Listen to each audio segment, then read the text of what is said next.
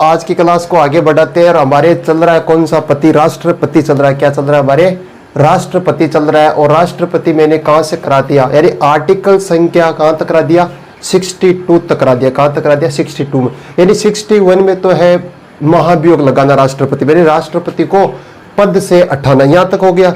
जैसे ही राष्ट्रपति पद से हटेंगे तो उनका पद खाली होगा और यानी हमारे जो रिक्त पद की बात की गई है वो कौन से आर्टिकल में की गई है?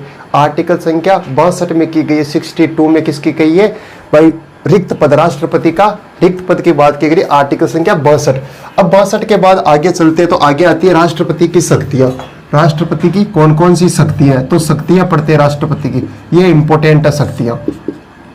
देखो, जो राष्ट्रपति की जो पहली शक्ति आती है उसका नाम है कार्यकारी शक्ति, कार्यकारी शक्ति। दूसरी का नाम है विधायी शक्ति, विधायी शक्ति, कार्यकारी शक्ति, विधायी शक्ति। तीसरी आती है वित्तीय शक्ति, वित्तीय शक्ति। कार्यकारी हो गई, विधायी हो गई, वित्तीय हो गई। अगली आती है सैन्य शक्ति, सैन्य शक्ति। पांचवी आती है वीटो पावर, कौन सी आती है? Veto power.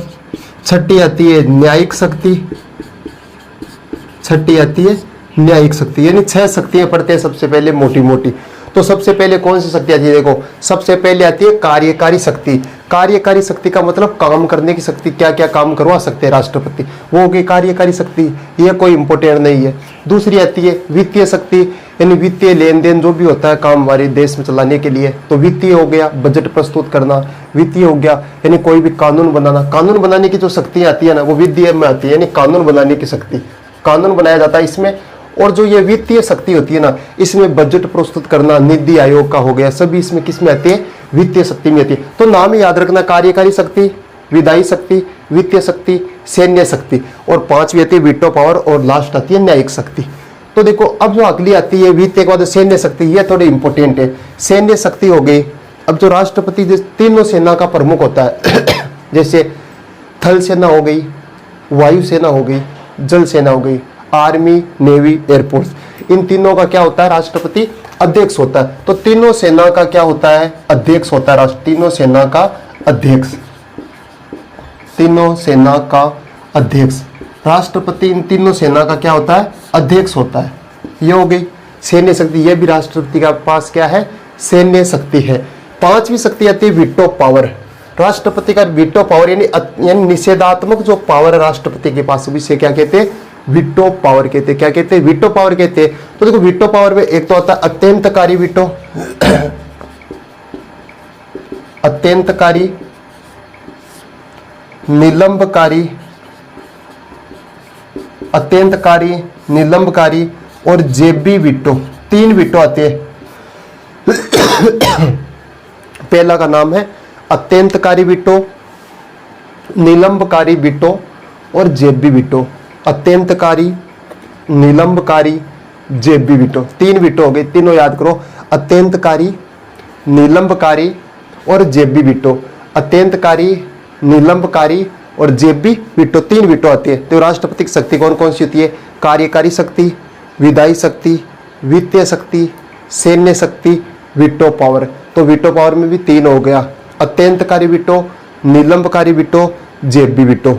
अत्यंतकारी, निलंबकारी, जेबी, अत्यंतकारी वीटो, निलंबकारी वीटो और जेबी वीटो, 3 वीटो हो गया। अब अत्यंतकारी वीटो क्या होता है? अत्यंतकारी वीटो में क्या होता है कि कोई भी मान लीजिए विधेयक प्रस्तुत हुआ, कोई भी विधेयक प्रस्तुत होता है तो इस विधेयक को राष्ट्रपति क्या कर सकता है? रद्द कर सकता है। किस वीटो के साथ विधेयक को रद्द कर सकता है राष्ट्रपति?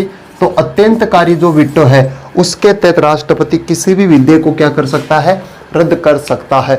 यदि राष्ट्रपति किसी विधेयक को रद्द करेगा तो कौन से वीटो के तहत करेगा? जेबी वीटो के तहत नहीं करेगा, निलंबकारी के तहत नहीं करेगा। जबकि अत्यंतकारी जो वीटो है, इस अत्यंतकारी वीटो के तहत वो किसी भी विधेयक को रद्द कर सकता है। तो हमारा पहला वीटो हो गया अत्यंतकारी वीटो। दूसरा आता है निलंबकारी। निलंबकारी में क्या होता है कि कोई भी विधेयक प्रस्तुत होता है, कोई भी विधेयक प्रस्तुत होता है तो इस विधेयक को राष्ट्रपति पुनः विचार हेतु वापस लौटा देता है कि इसमें थोड़ी बहुत मिस्टेक है, ठीक करके लाओ वापस। तो किसी भी विधेयक को वापस लौटा सकता है। कौन लौटा सकता है? राष्ट्रपति लौटा सकता है। कौन से विटो के तहत? निलंबकारी विटो के तहत, यानी पुनः विचार हेतु वापस लौटा देता। पुनः विचार करके भाई, पुनः विचार करके लेके आओ वापस, तो पुनः विचार हेतु वापस लौटा देता है। पुनः विचार हेतु वापस लौटा देता है अत्यंतकारी विटो को। हो गया। देखो, अत्यंतकारी विटो, निलंबकारी विटो, जेबी विटो। अत्यंतकारी में जो भी विधेयक प्रस्तुत होता है उसको नष्ट कर देता है, यानी रद्द कर देता है राष्ट्रपति। रद्द करने का अधिकार राष्ट्रपति का।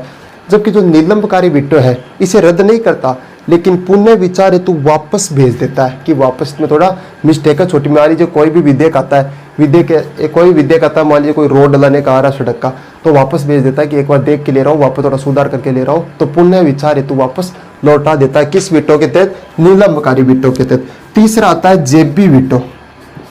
इसमें राष्ट्रपति क्या करता है? कोई भी विधेयक आता है तो विधेयक को न तो पुनः विचार हेतु वापस लौटाता है, ना तो उस पर किसी भी प्रकार की कोई चर्चा करता, ना वापस लौटाता, अपने पास ही रख लेता है।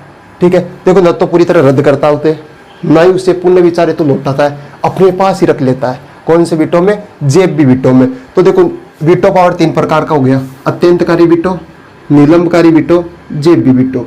अत्यंतकारी, निलंबकारी, जेबी विटो।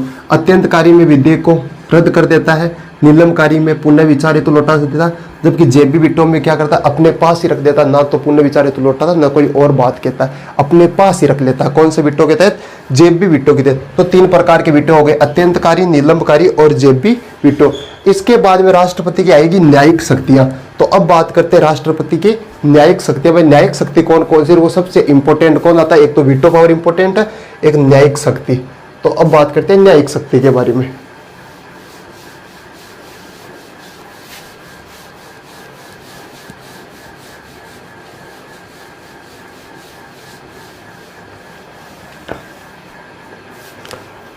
देखो, राष्ट्रपति शक्ति, कार्यकारी शक्ति, विधायी शक्ति, वित्तीय शक्ति, सैन्य शक्ति, वीटो पावर और न्यायिक शक्ति। तो अब बात करते हैं राष्ट्रपति की न्यायिक शक्ति कौन कौन सी है। तो न्यायिक शक्ति के बारे में पढ़ते हैं। तो सबसे पहले राष्ट्रपति की न्यायिक शक्ति आती है क्षमा करने की शक्ति। किसकी आती है? क्षमा करने की शक्ति आती है न्यायिक शक्ति। राष्ट्रपति की पहली न्यायिक शक्ति का नाम है क्षमा करने की शक्ति। आर्टिकल 72 के तहत, आर्टिकल 72 के तहत क्षमा करने की न्यायिक शक्ति में टोटल आ गया आर्टिकल 72 लग जाता है। तो न्यायिक शक्ति में पहली आती है क्षमा करने की शक्ति। राष्ट्रपति किसी को भी क्षमा कर सकते हैं, क्षमा करने की भी राष्ट्रपति के पास शक्ति है। क्षमा करने के बाद दूसरी शक्ति आती है न्यायिक शक्ति में, जेल में कोई भी है तो उसे रिहा करने की भी क्या है? राष्ट्रपति के पास शक्ति है। जेल में है कोई भी कैदी तो उसे रिहा करने की भी राष्ट्रपति के पास शक्ति है, उसे भी रिहा कर सकता है राष्ट्रपति। पहला क्षमा करने की शक्ति, दूसरा जेल में रिहा करने की शक्ति। तीसरी जो न्यायिक शक्ति आती है वो आता है लघुकरण। लघुकरण, एक तो होता है लघुकरण, एक होता है परिहार और एक होता है परिविलंबन। प्रविलंबन, 3 नाम होते हैं। देखो, एक का तो नाम होता है लघुकरण, एक का नाम परिहार और तीसरे का नाम है परिविलंबन, प्रविलंबन। देखो, लघुकरण में क्या होता है कि इसमें कोई भी सजा की क्या होती है? प्रकृति चेंज होती है, समय चेंज नहीं होता। इसमें ओनली प्रकृति चेंज होती है, प्रकृति में बदलाव होता है, प्रकृति में बदलाव होता है। जैसे मान लीजिए किसी को 20 साल की कठोर सजा दी है, किसी को 20 साल की कठोर सजा, मान लीजिए किसी को 20 साल की कठोर सजा दी है। लघुकरण में क्या होता है कि ओनली प्रकृति में बदलाव होता है, प्रकृति में चेंज होता है।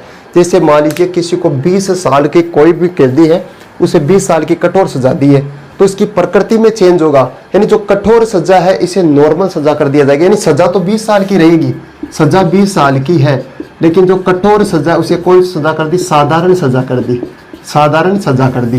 तो यह होता है लघुकरण।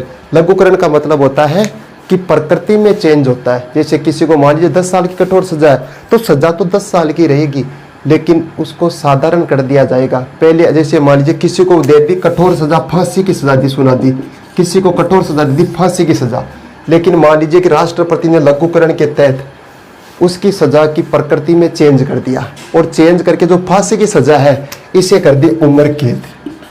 उम्र कैद यानी सजा तो है लेकिन कठोर सजा से साधारण सजा में आ गई। पहला आ गया समझ में, पहला हो गया लघुकरण। लघुकरण में ओनली प्रकृति चेंज होती है। दूसरा आता है परिहार, दूसरे का नाम क्या है? परिहार है, दूसरे का नाम परिहार। परिहार का मतलब होता है कि इसमें समय में चेंज आता है, इसमें समय में परिवर्तन होता है। समय का मतलब हो गया, जैसे मान लीजिए किसी को 20 साल की कठोर सजा है, 20 साल की कठोर सजा है। देखो लघुकरण में तो प्रकृति में चेंज हुआ, कठोर सजा से साधारण सजा हो गई, लेकिन परिहार में क्या होता है? समय चेंज होता है, समय हो गया 20 साल। अब इस 20 साल की कठोर सजा को कर दिया जाता है 10 साल की कठोर सजा। सरल नहीं होगी, वो रहेगी कठोरी। देखो लघुकरण में प्रकृति में चेंज होता है, 20 साल की कठोर सजा को 20 साल की साधारण सजा में कर दिया, फांसी को उम्र कैद कर दिया। जबकि जो परिहार होता है इसमें जो 20 साल की कठोर सजा रहती है उसे 10 साल की कठोर सजा कर दिया। साधारण सजा नहीं है, रहेगी कठोर, लेकिन ओनली समय में चेंज हुआ है। किस में हुआ है? ओनली टाइम चेंज हुआ है। तो ये हो गया 20 साल की कठोर सजा 10 साल की कठोर सजा में परिवर्तित हो गई, ये हो गई परिहार। लघुकरण, लघुकरण का मतलब हो गया कि प्रकृति में चेंज होता है। लघुकरण का मतलब एक याद रखना, प्रकृति में चेंज होता है। लघुकरण में प्रकृति में चेंज होता है। 10 साल की कठोर सजा रहती है तो उस वो रहेगी 10 साल की, लेकिन साधारण सजा हो जाएगी। मान लीजिए 20 साल की कठोर सजा है तो रहेगी 20 साल की, लेकिन प्रकृति में चेंज हो गई, साधारण सजा हो गई। इसी प्रकार यदि परिहार हो गया तो परिहार में मान लीजिए किसी को 50 साल की कठोर सजा दी गई है, लेकिन अब उसमें क्या होता है? सजा तो कठोर ही रहेगी, लेकिन 50 में से मान लीजिए 25 साल ही हो गई, अब उसका समय में चेंज हो गया। और तीसरा आता है प्रविलंबन। प्रविलंबन का मतलब हो गया, मान लीजिए कोर्ट ने किसी भी कैदी को सजा सुना दी, कोर्ट ने कैदी को सजा सुना दी और वो मान लीजिए कि राष्ट्रपति के पास जाता है, राष्ट्रपति के समायाचना के लिए राष्ट्रपति के पास जाता है, भाई मेरी माफी हो, यानी सजा में कमी हो, तो जाता है। मान लीजिए कि राष्ट्रपति है ही नहीं, राष्ट्रपति है ही नहीं, राष्ट्रपति विदेश दौरे पर गए हुए, तो ऐसी स्थिति में उस सजा में देरी की जा सकती है। तो उसमें देरी की जा सकती, उसे कहते हैं प्रविलंबन, कि राष्ट्रपति देरी कर सकते हैं, तो वो होता है प्रविलंबन। तो देखो हमने सबसे पहले कौन सी शक्ति पढ़ी? राष्ट्रपति की कार्यकारी शक्ति। सबसे पहले शक्ति पढ़ी कार्यकारी शक्ति। दूसरी शक्ति का नाम कार्यकारी, विधायी शक्ति, वित्तीय शक्ति, सैन्य शक्ति, वीटो पावर। और फिर पढ़ी 6 नंबर न्यायिक शक्ति। न्यायिक शक्ति तो हो गया कंप्लीट। अब न्यायिक शक्ति के बाद में 7वीं जो शक्ति आती है वो आती है आपातकालीन शक्ति। कौन सी शक्ति? आपातकालीन शक्ति।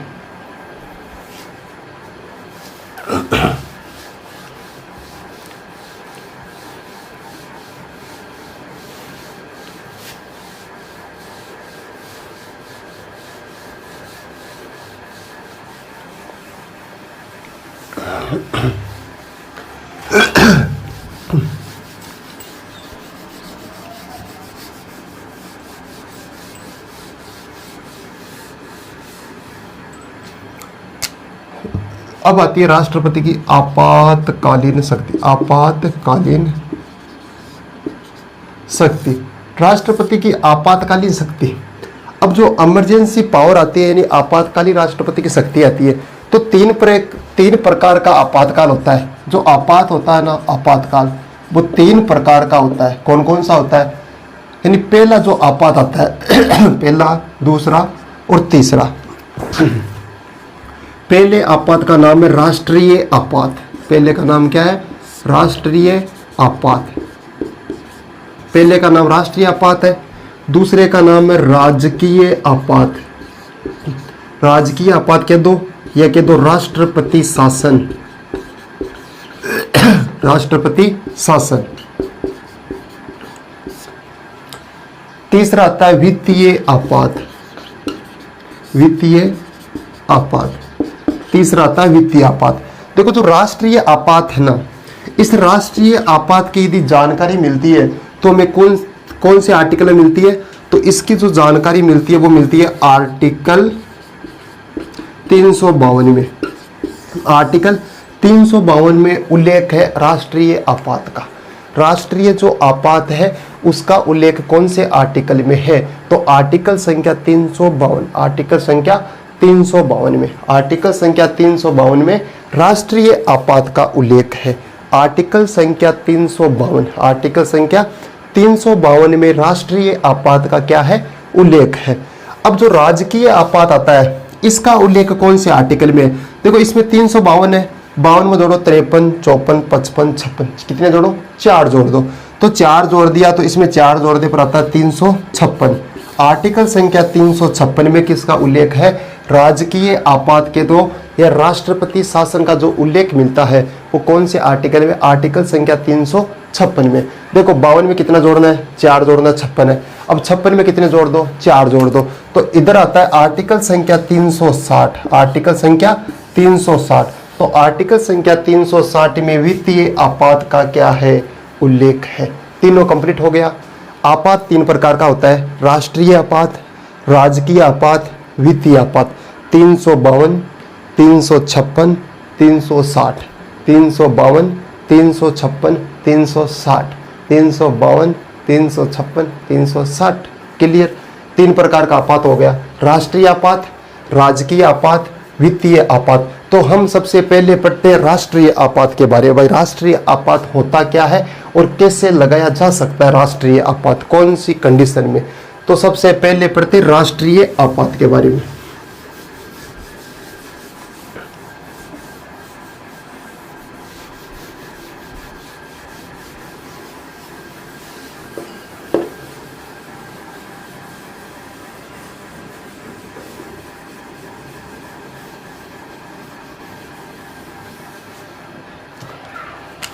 सबसे पहले आता है राष्ट्रीय आपात।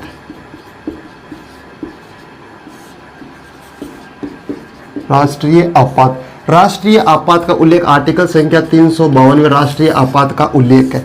अब राष्ट्रीय आपात का लगाने का कारण क्या है? कौन सी ऐसी कंडीशन है कि उस कंडीशन में हम राष्ट्रीय आपात लगा सकते हैं? तो लगाने के लिए जो पहली कंडीशन आती है, पहली आती है कि बाह्य आक्रमण। मान लीजिए कि बाह्य कोई भी आक्रमण होता है तो ऐसी स्थिति में राष्ट्रीय आपात लगाया जा सकता है। बाह्य आक्रमण हो गया, बाह्य आक्रमण के अलावा मान लीजिए युद्ध हो जाए तो ऐसी स्थिति में लगाया जा सकता है। बाह्य आक्रमण हो गया, युद्ध हो गया, या कोई भी छोटी मोटी मान लीजिए प्रॉब्लम हो जाती है, और अन्य भी हो सकती है। बाह्य आक्रमण, युद्ध हो गया, आंतरिक अशांति हो गई, ऐसी स्थिति में क्या लगाया जा सकता है? राष्ट्रीय आपात लगाया जा सकता है। तो 2 इंपॉर्टेंट हो गए, 2 ही सबसे इंपॉर्टेंट है, और तो छोटे मोटे आते ही है, लेकिन सबसे इंपॉर्टेंट आता है कि बाह्य आक्रमण हो या युद्ध हो, ऐसी स्थिति में हम राष्ट्रीय आपात लगा सकते हैं। ठीक है, राष्ट्रीय आपात लगा सकते हैं। तो जो राष्ट्रीय आपात, एक तो बाह्य आक्रमण, बाह्य आक्रमण का मतलब किसी दूसरे देश द्वारा कोई भी आक्रमण करता है, ऐसा नहीं कि हमारे पड़ोसी आक्रमण करे, ऐसी स्थिति में राष्ट्रपति शासन लग जाएगा या राज्य की राष्ट्रीय आपात लग जाए, नहीं, ऐसा नहीं है।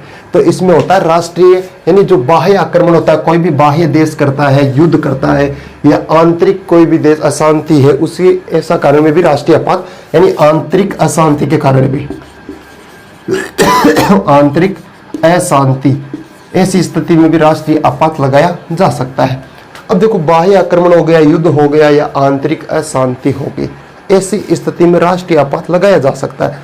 तो जैसे मान लीजिए कि राष्ट्रपति आपात लग गया, जैसे राष्ट्रीय आपात लगा तो आपके जो भी जैसे आपके मूल अधिकार हो गए, आपके नीति निर्देशक तत्व हो गए, वो इसमें कोई काम नहीं करेंगे। खास करके जो आर्टिकल संख्या जो 19 है, 19 पूरी तरह से रद्द हो जाएगा। 19 पूरी तरह से क्या हो जाएगा? रद्द हो जाएगा। तो ये होता है हमारे राष्ट्रीय आपात की। इस राष्ट्रीय आपात का उल्लेख आर्टिकल संख्या 352 में है। जैसे स्टार्ट होता है, कारण क्या है? बाह्य आक्रमण हो, युद्ध हो, या मान लीजिए कि आंतरिक अशांति हो, ऐसी स्थिति में राष्ट्रीय आपात लगाया जा सकता है। राष्ट्रीय आपात लगते ही हमारे मूल अधिकार गए, मूल अधिकार चले गए, नीति निर्देशक कोई काम नहीं करेंगे, फिर आर्टिकल संख्या 19 भी आपका गया। तो देखो, ये तो हो गया राष्ट्रीय आपात के बारे में मोटी मोटी चर्चा, भाई क्या क्या होता है। ठीक है, अब राष्ट्रपति आपात लगाना है अपन को, तो लगाने के लिए सबसे पहले शर्त यह है कि हमें मंत्रिमंडल की क्या लेनी पड़ेगी? लिखित में मंत्री जो मंडल है, मंत्रिमंडल की लिखित में लेनी पड़ेगी, भाई लगाए कि नहीं लगाए। तो मंत्रिमंडल ने यदि लिखित में दे दिया आपको, भाई लगा दो, तो राष्ट्रपति शासन यानी वो राष्ट्रीय आपात लग जाएगा। क्या लग जाएगा? राष्ट्रीय आपात लग जाएगा। यदि मंत्रिमंडल ने लिखित में दे दी कि लगा दो राष्ट्रीय आपात, तो वैसी स्थिति में राष्ट्रीय आपात लग जाएगा। जैसे मंत्रिमंडल ने लिखित में दिया तो 30 दिन के अंदर आपका राष्ट्रपति शासन लग गया। यानी राष्ट्रपति शासन क्या? राष्ट्रीय आपात। राष्ट्रपति शासन का मतलब होता है राजकीय आपात है, जो आर्टिकल संख्या 356 में, जबकि यह राष्ट्रीय आपात। तो 30 दिन तक आपके कोई भी कानून काम नहीं करेंगे। ठीक है, कोई भी कानून काम नहीं करेंगे। मान लीजिए कि आप इसे आगे भी बढ़ाना चाह सकते हैं, यानी राष्ट्रीय जो आपात है इसे आप आगे बढ़ाना चाहते हैं भाई और भी लंबे समय तक रखना चाहते हैं, तो ऐसी स्थिति में आपको संसद से क्या कराना पड़ेगा, इसे पारित कराना पड़ेगा। संसद के दोनों सदनों से पारित कराना पड़ेगा। जैसे संसद के दोनों सदन ने मान लीजिए कि 2/3 बहुमत से पारित कर दिया, 66% बहुमत से, कितने परसेंट से, 66% बहुमत से पारित कर दिया, तो ये 6 महीने के लिए क्या लग जाता है, राष्ट्रीय आपात लग जाता है, 6 महीने के लिए लग जाता है। और 6 महीने के बाद इसे 6 महीने करके आप आगे अनंत तक ले जा सकते हैं। तो ये होता है राष्ट्रीय आपात। अब बताओ राष्ट्रीय आपात कभी लगा है कि नहीं लगा है भारत में? हाँ, भारत में 3 बार राष्ट्रीय आपात लगा है। 3 बार को कब कब लगा? पहला तो लगा है 1962, दूसरा 71, तीसरा 75। 62, 71, 75, 3 बार राष्ट्रीय आपात लगा है। 3 बार कब लगा है? 62 में लगा है, 71 में लगा है और 75 में लगा है। 62 में कब लगा? जब चीन का युद्ध हुआ, चीन के साथ जब युद्ध हुआ उस समय लगा था। 72 में बांग्लादेश के साथ युद्ध हुआ उस समय लगा।